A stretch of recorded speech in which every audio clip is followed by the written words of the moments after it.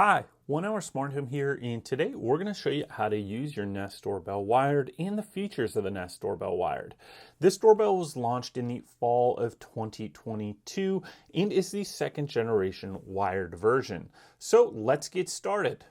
The Nest Doorbell works on the Google Home app, so we click on the app to open it up here. Now we need to look for our doorbell. Ours is the front doorbell, so we click on that and it's going to show us the live view. If you're having any issues getting this set up, click on the links below, and in the description we've got a video that shows you how to do this. You can see once we clicked on the device, it shows us the live view, and you can see me right here on camera on the device. Now we can talk with two-way communication by clicking right here, and that would allow us to talk through the Nest Doorbell. But you're always going to be able to hear whatever someone is saying at the front doorbell as long as you have the microphone unmuted. I've currently got it muted right now because otherwise we get a lot of feedback on the video. So you would just click right here and be able to talk in two-way communication, but it tells us with a little notification that our microphone is currently off. Now, if I want to look at clips that were previously recorded, I click on history over here and I can see the recent events that happened and I can scroll through that. So I could just take this and scroll a little bit forwards or back, and it gives you a timestamp as well as a date stamp. So it says today and this time right now. I can click on the event details and it'll tell us if an unfamiliar or familiar face has been detected. You've got these face libraries and you can save a face in here. And you've also got zones, and you can tell if it's inside or an outside of a zone, as well as the duration of the clip. So if I were to click on the face library right here, I can add this as a face. It says use your face library to tell your camera who you know. So I click right here and it says saving a face to your library. When your camera sees a new face, the app will ask if it's someone you know. If you select yes, that person's face data is saved to your face library. Local laws may require you to get their permission first. Okay. So I'm just going to save this face and let's see what happens. It says, do you know this person? Yes, no, or not a person. I am a person, so I'm going to click yes. And you can see my face right there. Add a name. We can add a name here. So we're just going to say 1 Hour Smart Home. And click done. Great. Now the familiar face is saved and I can just X out of this. So now it will pop up as 1 Hour Smart Home in the face library if it ever sees me again. So let's close out of that. And we can go to our history here. But now let's say if I want to look at a clip that's further back than a day or two. I could scroll back here and do that, but it would take a fair amount of time. These are just other clips that were recorded today. But if I click on full history, then it's going to show me all the clips that have been recorded on different days. So I could scroll here and find the exact clip and day that I want. Now, what's really cool about this is that you can then filter these sessions so you can look for a familiar face, like what we've got here, the 1 Hour Smart Home, or doorbell press, or talk and listen sessions. So if I click right here on the filter, it lets me filter this by different types of events. Unfamiliar faces, familiar faces, people, packages, vehicles, animals, or activity. And how it does this is with Google's AI that takes the camera information and can determine if there is a person or package or vehicle based on the image that is going through the cloud. Now you've also got events down here, heard events, so you can filter by a smoke alarm, a carbon monoxide alarm, glass breaking, other sound, dog barking, or a person talking. Now if you scroll down here a little bit further, you've got your linked services, and it will tell you when services were linked, or maybe the permissions to the app were changed, or when data was accessed on this device. You can also do presence sensing or when the doorbell was actually pressed. So if I click here, it's only going to show me events from when the doorbell was pressed.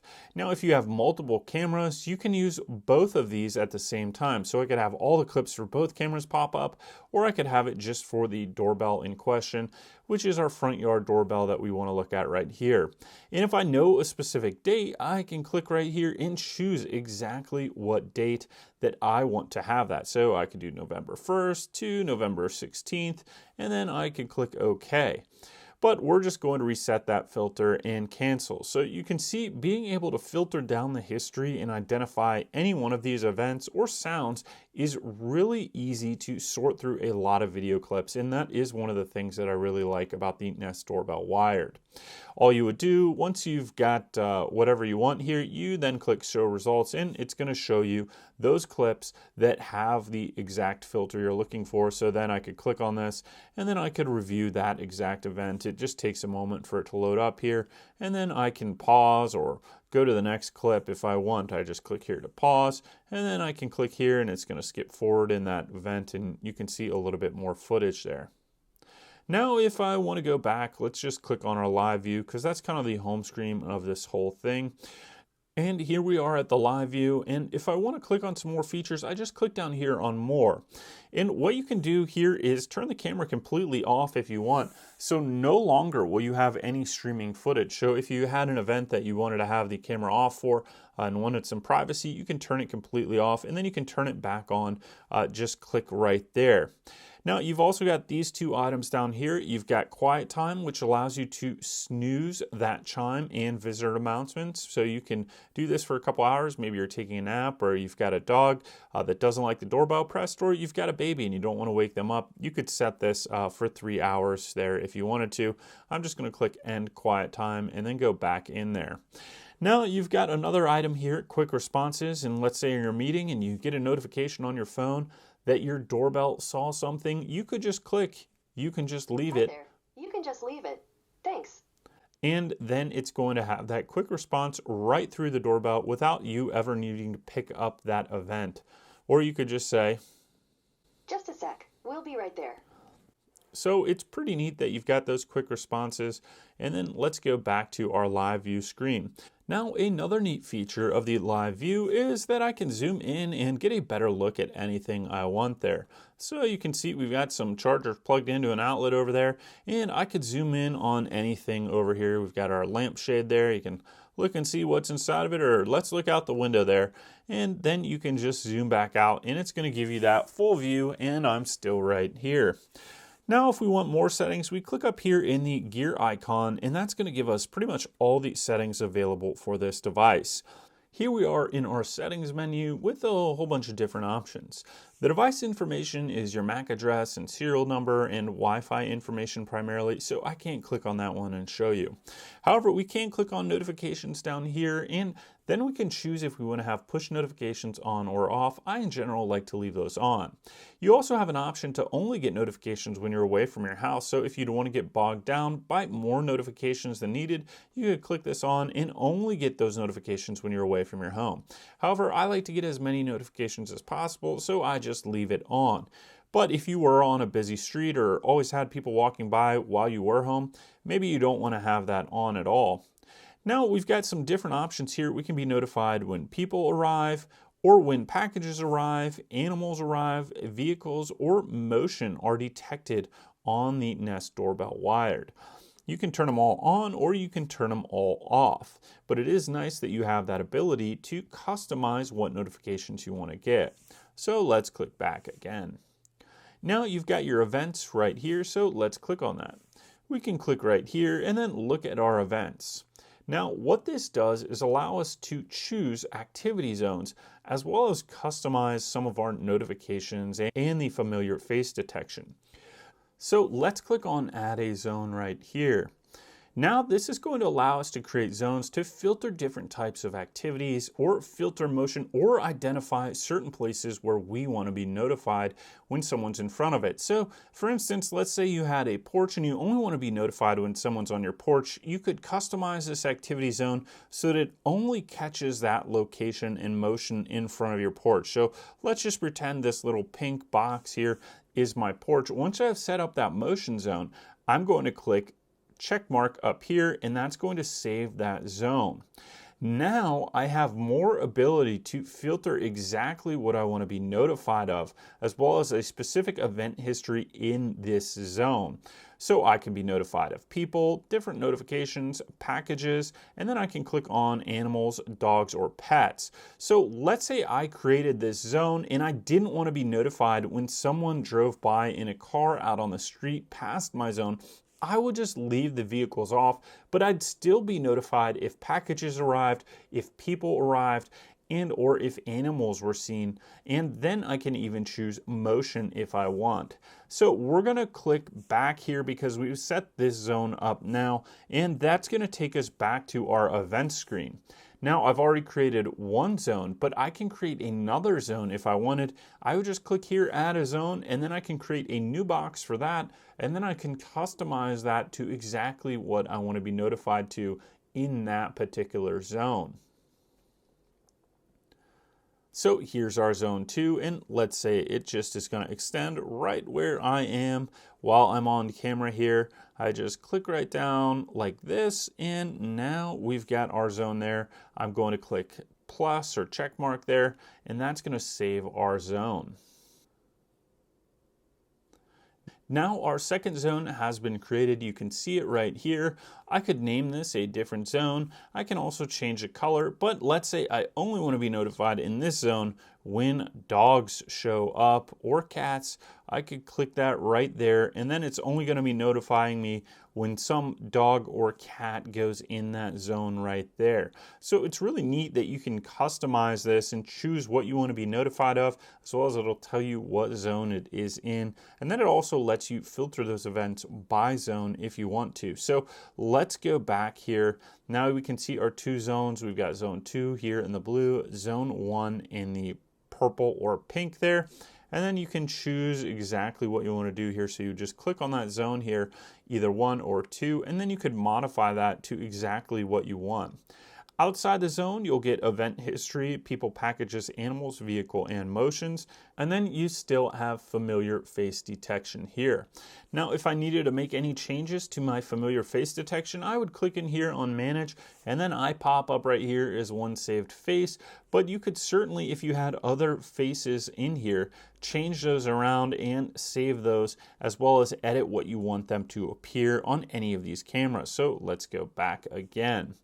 Now let's go back out of events here, and let's go back again, and then we're going to be in our home screen. Now let's click on the doorbell itself. You've got visitor announcements. So with assistant-enabled speakers and displays, it can announce when a visitor rings your Nest doorbell. It can announce them by name if you have Nest Aware and you've saved your visitor's name in your familiar faces. So that's kind of neat. If you press the button and you've got that saved name, it'll say 1 Hour Smart Home is there, or Joe or Steve is there, as well as you can also choose your doorbell theme song. So let's click right here.